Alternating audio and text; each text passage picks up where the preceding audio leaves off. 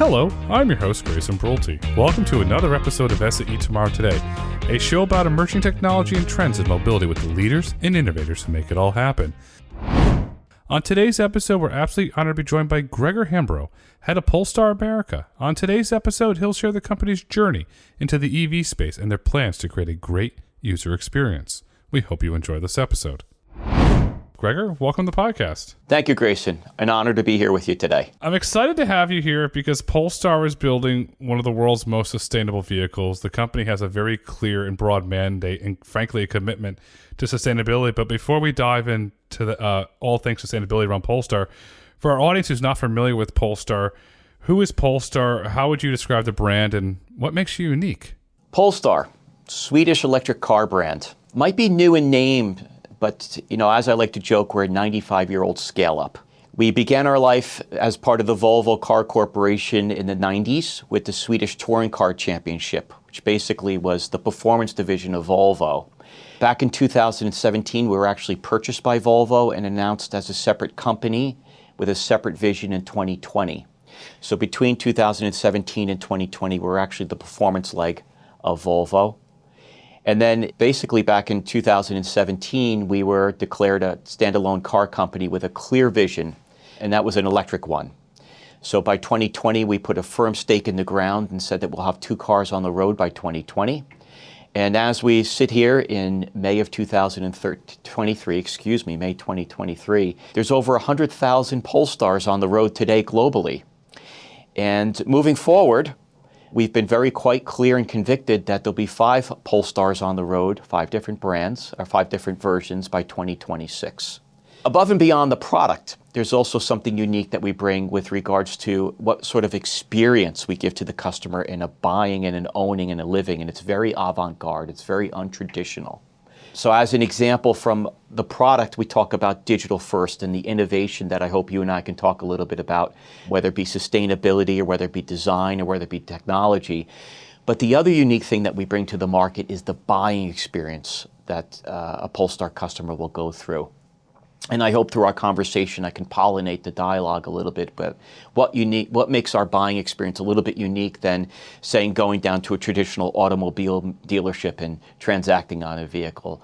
So a very multi-pronged approach from a Swedish car company, which might be young in age, but very mature in their conviction about what they want to do in the world.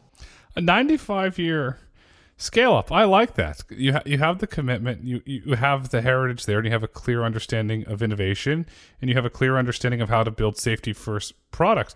So there are 100,000 Polestars on the road today.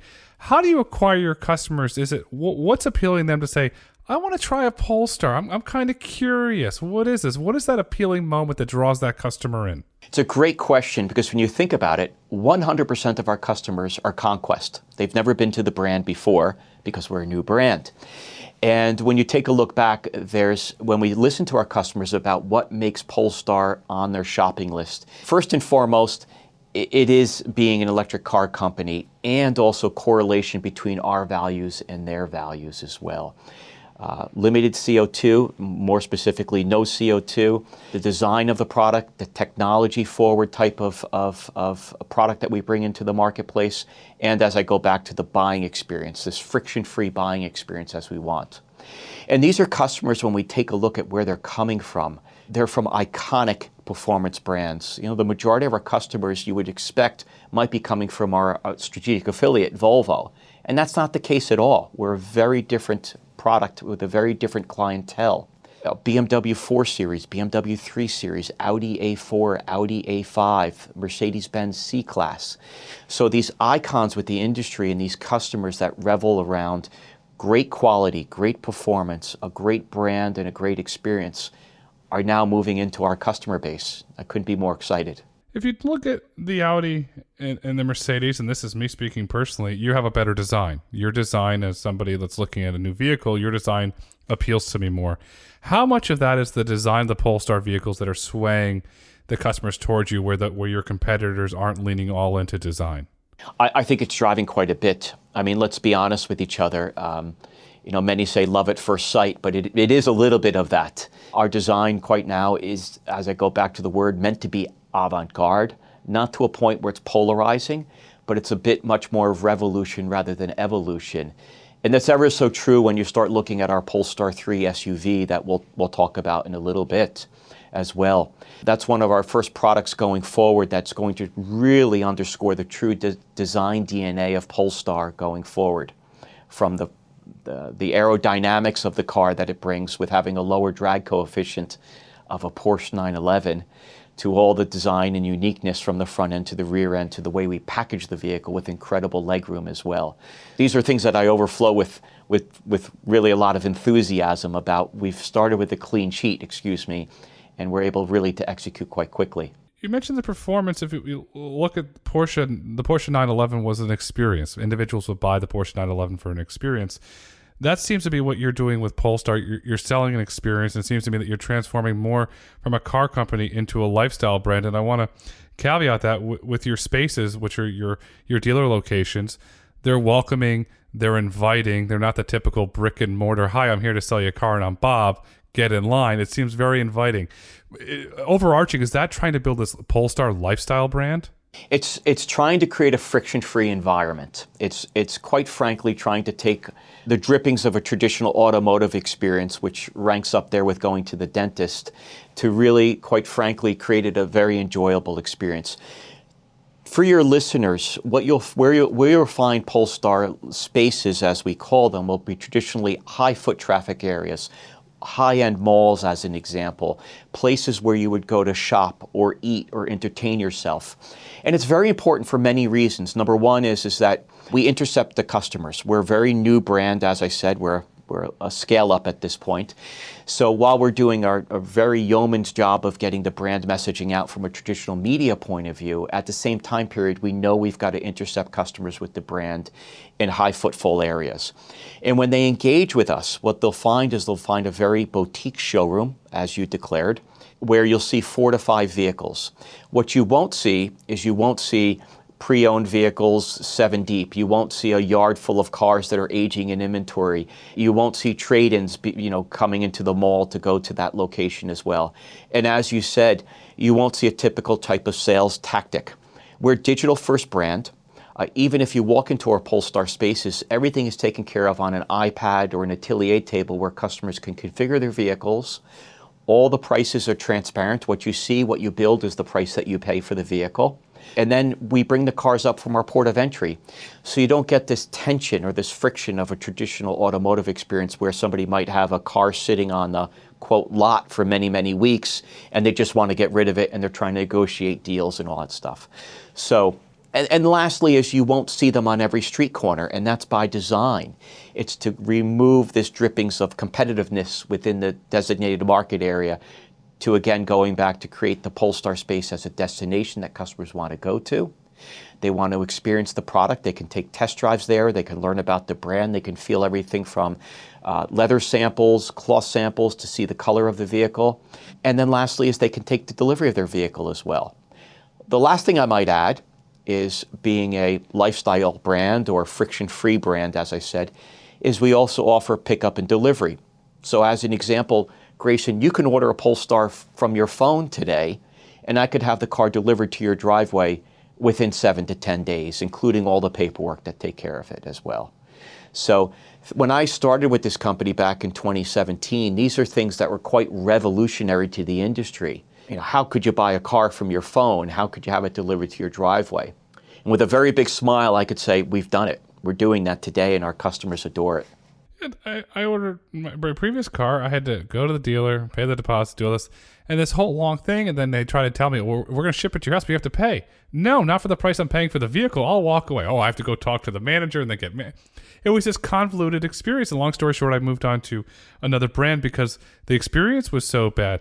I'm really curious, the atelier. So you look at your design atelier inside of the spaces. Walk our listeners through what that experience like. You mentioned they can touch the cloth, they can see the colors.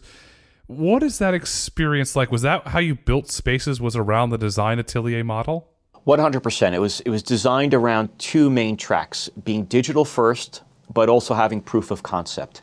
So going into a Polestar space, the product is there. So we want to really underscore to the customer that this is not so-called vaporware. These products are on the road, and not only are they there, you could actually take one for a test drive. So if it's a mall location, you would go up to the parking lot, the cars would be charging, you can actually take an opportunity to drive the vehicle for whatever it might be, 30 to 45 minutes. And let me come back to that in a moment. But also have the ability for the customers to say, well, if you don't particularly care for this color or this interior, we can actually go to the atelier table and build the car digitally. And while you're building the car digitally, the price will be variable. Oh, you want leather instead of cloth, the price will change. You want to move up to a performance package, the price will change. Ultimately culminating in is the car available at the port? Is it on a boat coming in from our manufacturing plant? When will it be available? Allowing the customer to even place a deposit electronically for the vehicle, giving them an ETA, and something very akin to anything that you would transact on another iconic brand like Amazon. So the nice thing is it's a very hybrid experience. If a customer wishes to be guided through the purchase, test drive the vehicle, see proof of concept for color to material, and actually talk to a Polestar space specialist, the option is there.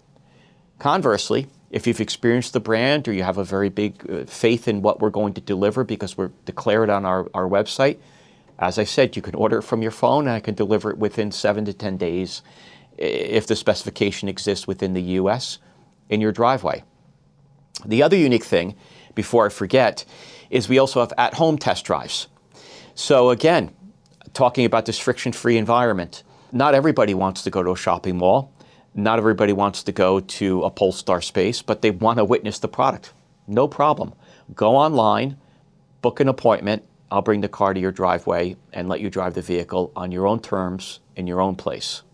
You're eliminating friction because the neighborhoods where we live are unique. There's certain driving environments. I live in a neighborhood where you can't go over 25 miles an hour, and certain individuals might live in an environment where there's a lot of twisty turns, so you get to actually experience the vehicle in your environment. What was the strategy behind the at-home test drives? Was it just to expand the brand, to say that we're a digital-first brand, but we're welcoming? You said Amazon. It's simple. I need ink for my printer. I go on Amazon, and it's here tomorrow. I don't think twice. Is that friction-free, wonderful experience? Is that what drove that?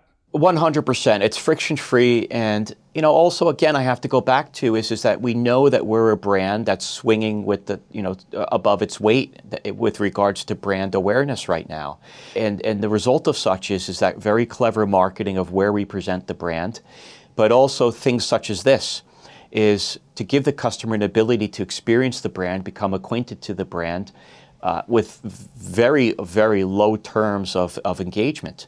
There's nothing like a deposit you need to put down. There's nothing like anything above just saying, I love what you guys are saying. Can you bring one to my driveway? I want to show my spouse. I want to show my kids. I want to show my parents. I want them in the car. We all know that as well.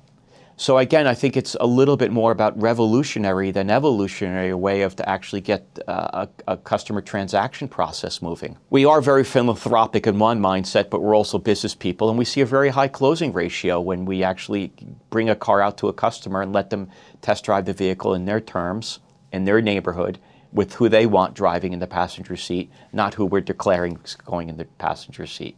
I'll summarize it this way with one word: brilliant. It's an absolutely brilliant strategy, and your numbers are showing it there. Doing research for this podcast, I was really curious looking at your spaces. You have 5 spaces in Florida. So first of all, thank you. I live in Florida, so thank you for investing in the state of Florida. That's fantastic. It's one of your largest retail presence in the United States. Why make such a large commitment to Florida? The opportunity.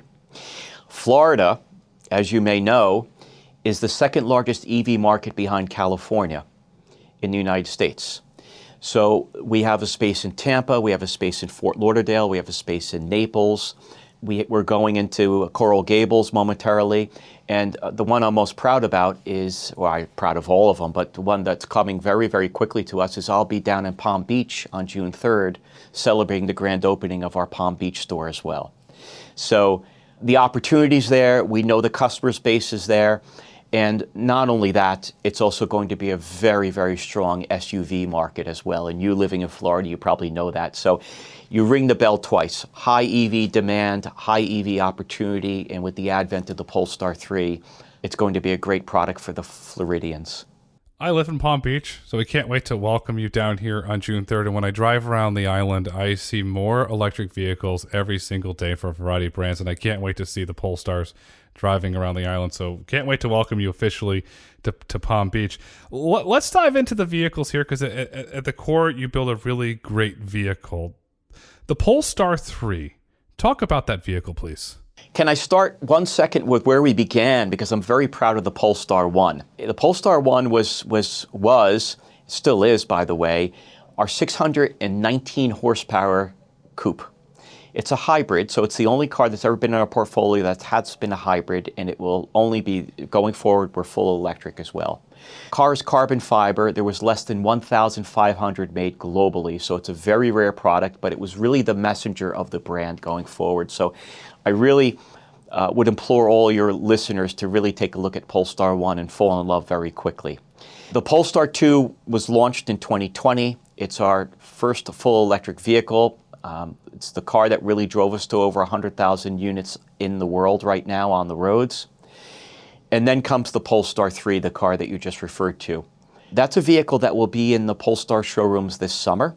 So we're bringing showroom demonstrators to the Polestar spaces in the next 90 to 180 days. It's the first SUV, and it's going to bring a lot to the Polestar brand. What do I mean by that? Well, we also know in the US that the SUV segment is by and large the biggest one. It even rings true when it goes into the luxury segment, and we take a look at our rivals will be the BMW iX from a pure EV perspective, but we also know that we're going to be bringing in customers from the Porsche, everywhere from the Porsche Cayenne to the Porsche Macan to the Range Rover to the BMW X5 to some of the Mercedes-Benz, the Audi Q8 as well. So we're really playing in some iconic fields at that point. From a design perspective, I really traditionally go back to the word revolutionary from packaging of the product.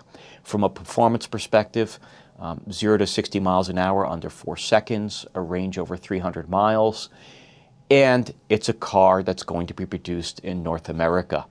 So we will bring production to Ridgeville, South Carolina, which is right outside of Charleston, in 2024. And as I like to say, it's a car that's built on a continent that's made for this continent. Absolutely. Absolutely.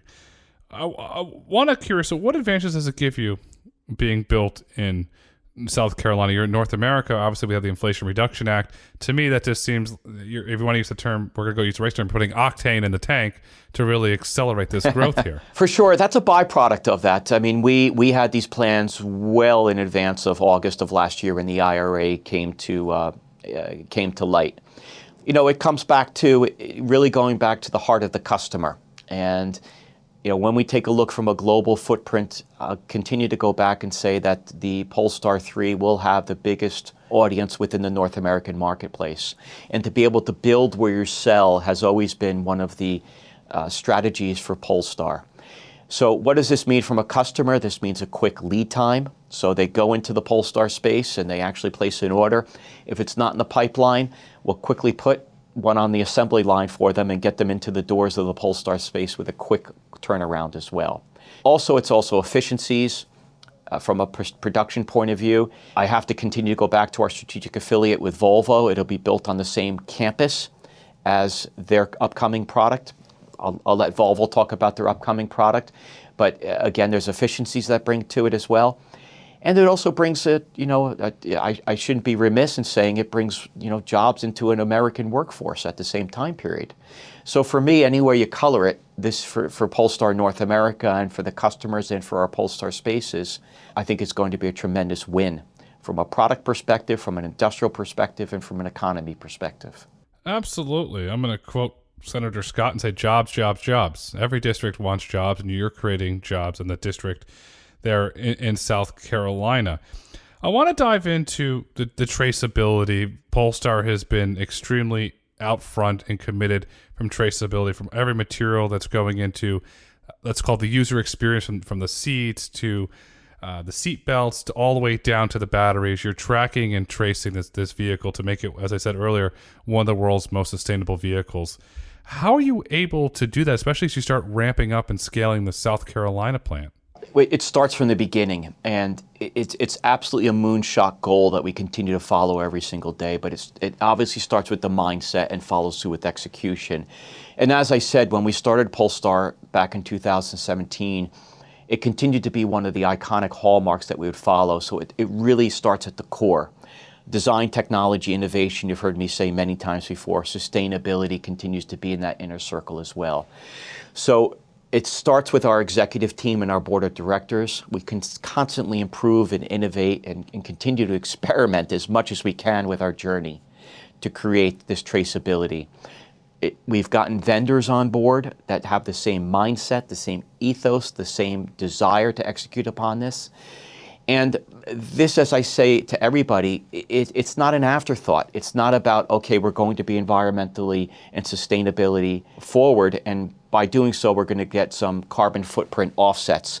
Absolutely not. It starts with, we're looking right now at who's going to be the vendors for the next generation of Polestars, the 5 and the 6s that we've been very clear will come to the marketplace. By doing so, traditionally you would say, who's going to develop quality products for us? Who's going to have a great partnership for us from delivering in time? Who's going to give us the best purchasing price? But who's also going to come along with us with traceability and sustainability and that same mindset of where we source materials and minerals from. So it starts from the beginning, and the rest is not an easy adventure afterwards, but it's one that we're married to, and it will be continuing to be one of our brand ethos. It's resonating because Polestar vehicle deliveries were up 26% to 12,076 vehicles in the first quarter. So it's resonating with consumers. As you get a consumer that has a digital first experience or a consumer that goes into one of your spaces, are they asking about the traceability? Is there a genuine interest, or, hey, I bought your car because you're not flubbing this and you're not getting offsets, you're actually putting your money where your mouth is? More than you would think. I'm a student of the auto industry for many, many years. I'm eclipsing my 30th year, which I hate to admit, but it teaches you a lot of things. And traditionally, it would be I buy about product, about the way it looks and what kind of deal I got on it. This next generation and the generation we're witnessing right now, the mindset is all those things that you just talked about. And if I could be long-winded, a couple of things that we do locally here in northern New Jersey was we reach out to the local communities quite a bit. There's a lot of endeavors we do for CSR, corporate social responsibility and relationships. And one of the things that we've recently done is teamed up with a local high school. And we really had a business to education class for over a semester, and we took a look at some of the seniors, the business seniors, brought them into the headquarters and talked to them about our product. Guys, help us launch a car. And we gave them an assignment to go for the semester. But the interesting thing, Grayson, is when I said to them, what does Polestar mean to you? The same way that we opened up our conversation, expecting to look around at a group of 17 and 18-year-olds and saying, is this need for speed mentality? Hey, cool car. I love your Google Assistant. I love the Harman Kardon audio system. My friend tells me you guys can do 0 to 60 in 3.7 seconds. Those are the things I was expecting. And what I got back was sustainability, environmental consciousness, green, recyclability. These were all things that were coming from 17 and 18-year-olds, electrification. So when you put together a word cloud of what was important for these younger customers that we know are really starting their driving experience and their journey to car ownership, it was the first things that come out of my mouth. And for me, if you go back to when I started driving, it was absolutely about horsepower. It was about torque. It was about rear-wheel drive versus front-wheel drive, all those things like that. And it was just a really, really great, I would say, comfort to know that we're certainly on the right track with the things that we hold so near and think that are important for the environment, but also important for our customers moving forward. Was solidified from the words of younger customer bases and, quite frankly, our future. When you have those younger customers or those individuals that you interacted with in 17, 18, and in some cases probably 19, do you see that spreading across the United States? Is that the customers are going to basically demand that as they get to driving age and perhaps they graduate from college, they get their first job and they're looking to get a nice vehicle? Do you see that sustainability mindset around electrification, traceability becoming a big defining factor if they're looking at car A versus car B? undoubtedly it'll be part of their decision-making process going forward. I think that it'll actually start to expand even to ethical business practices, to be quite honest with you, going forward. So these are all things that I think that you'll start to see as society and norms start to influence buying decisions, not only for our customers, but I think for the generations behind us. The generations behind us are going to do really wonderful things, and I can't wait to see what they build and the positive impact they're going to have on the world. I'm going to dive more into this traceability because I'm really geeking out on it and I'm learning a lot. Polestar's beginning to design around materials from scratch. That's really interesting. Could you talk about that program, please? Yeah, I'll give you a perfect example. One of them is the new material that we bring forward in our future product, and it's called B-Comp as an example. And it's basically sourced from flax-based material and things such as carbon fiber and cork-based products. So when you take a look at looking at traceability of where things are coming from, it's not necessarily, again, going back to the ethics of where it comes from and if it's an environmentally friendly manufacturing process, but it goes back to the core material. And to be able to trace not only is it the material itself, but how is it harvested, how is it produced, these are things that are absolutely very much in our remit as well. We even go back to, I've had many customers come back to me and saying, talk to me about leather. How do you actually put leather into a car? Well, we've teamed up with a very reputable company such as Bridge of Weir into making sure that if a customer absolutely is adamant about putting leather into their vehicle, that even that, how are these animals maintained during basically prior to the recycling process of their next generation. So these are things that we talk about sustainability, not only from a content perspective, but also the way it's actually transferred into the vehicle as well. Vendors, it's going back to making sure that we hitch our wagon to people that have a similar mindset as well. If you look at it from an economic standpoint, we go into the grocery store and you're looking at eggs. You have free-range eggs or organic eggs, regular processed eggs, and I don't know why you'd want to eat those, but some people do. And you have a choice, and I noticed on the shelves here, the free-range sell more because the consumer wants to know what they're eating, that the animals were treated ethically, and the same thing is happening on the vehicle side. You and several of your other peers in the industry are taking that giant leap forward. So I'm a potential customer. I'm sitting here. I'm listening to our conversation. I'm on my way. I'm going to go to a Polestar space. What is the first feeling that I'm going to feel when I sit in your vehicle?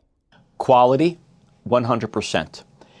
So this is something that I go back and taking a look at is we should never talk about sustainability. We should never talk about recyclability and make it compromise anything such as the quality of our product.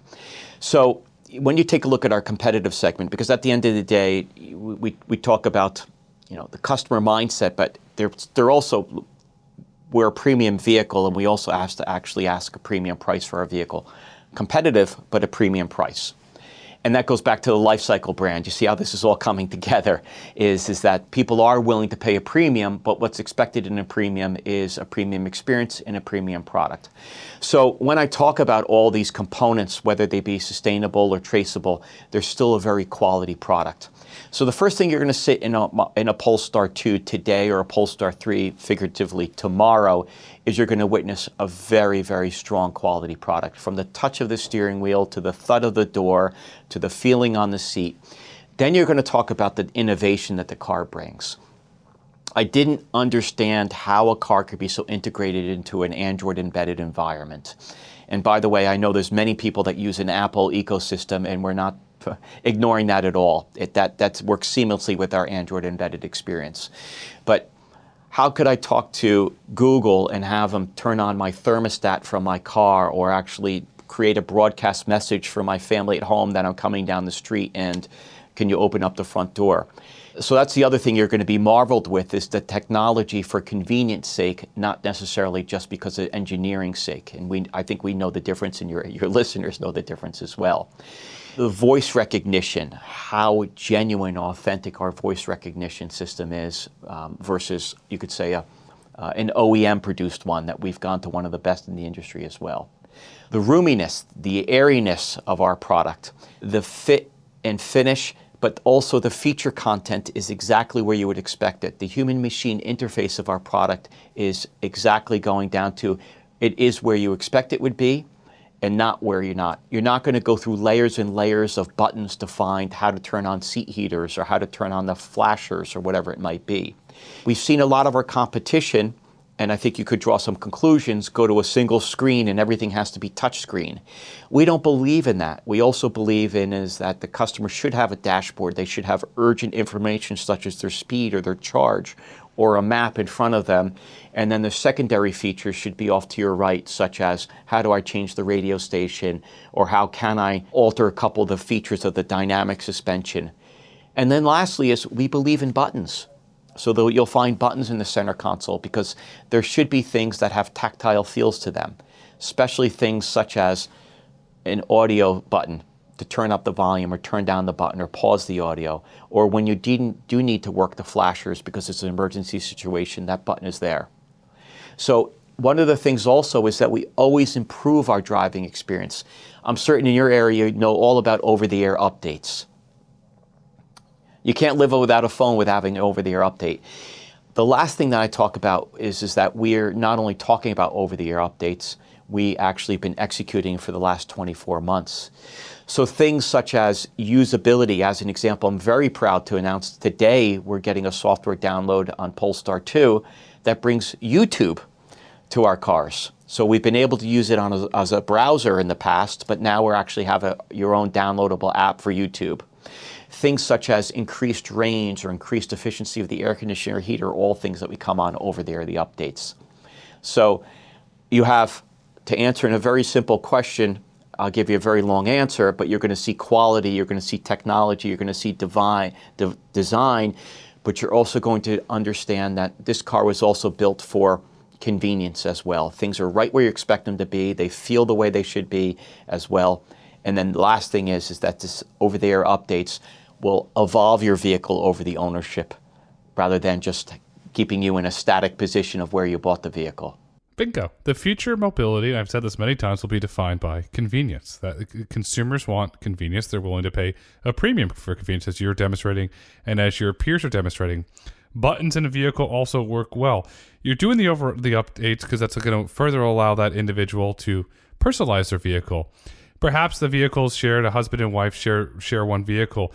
Do you have personalized settings in there? So perhaps the wife likes her seat closer and the husband likes it back further, and the steering wheel, they just come in there and perhaps they tap their finger and it's all set to them. Are you taking it to that level of personalization? We're going one step further. We actually have personalization where, let's just say in a different world, Grayson, you and I shared a car. You'd have different profiles. It's that we could actually change the ambient lighting. You could actually go back to not only your seat settings, but you could also take a look at your favorite radio stations. So at a push of a button, the car would transform itself into Grayson's car versus Greg's car. So, we started back in the 90s of saying that, okay, we should tag memory seats and memory steering wheels to a key fob. Again, that's archaic in today's thinking. Now we're going back into saying even to the way that the car performs. So, I don't like one pedal drive. You might like one pedal drive, so your profile will continue to have that versus mine that doesn't have it as well. Even going down to the synchronization of Google.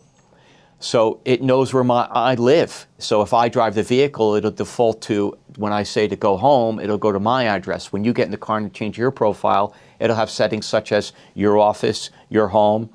And by the way, it's going to be the same in your Google settings as your phone, of course, because it should be seamless, on board versus off board.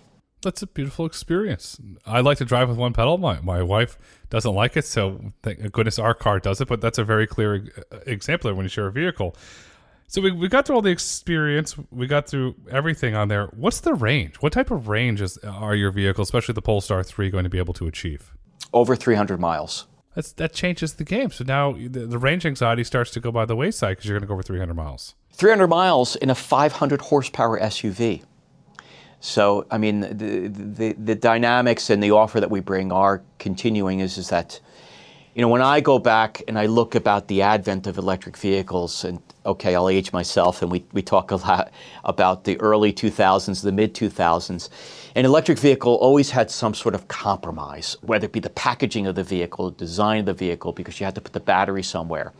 And again, let's be honest with yourself and the listeners. It was taking a traditional internal combustion platform and a internal combustion top hat of the vehicle and trying to somewhere to put the battery in there. So you had a condensed trunk space or you had a condensed leg room. Those things are a day of the past. They looked quirky. They had, low range. They had long charging times. And I take a look at this today, and none of these inconveniences are here today. So to have over 300 miles, to have over 500 horsepower, to have quick turnaround, as an example, to have low drag coefficient, it's now becoming benchmarks that ICE engines should be actually trying to be savoring around and saying, how do we get to this as well? I'll summarize it this way. Buckle up and go. You probably got a lot of exactly. Quickly. Yes. Gregor, putting this all together, Polestar's clearly on the right track to a bright future. In your opinion, what is the future of Polestar? The future of Polestar will be one of electricity. It's going to be an EV brand. My vision will be is one that we will actually be talking synonymously with the word Polestar with other iconic automotive brands, but also iconic consumer-oriented brands. So when I talk about it from the hardware, so to speak, I've been very, very clear that Porsche continues to be one of the cars that we have endeavors that we'll be in a bullseye with as well. So you could clearly see where my targets are set from a performance perspective, from a design perspective, and everything else that goes around it. But also consumer-oriented brands. It wasn't by any mistake that I used the word Amazon. The convenience, the redefinition of how you consume products. I take a look at why can't my buying purchase and why can't my ownership experience be as easy as getting a car as Amazon or, I laugh when I say this, but DoorDash. I mean, these are things that we look at as app-based products that actually have a very low touch from a customer, but a high touch value, if I may. So these are things that continue when I take a look at if we propel ourselves into 2026, 2027, from a hardware perspective, we'll be looking at iconic brands as to be compared against.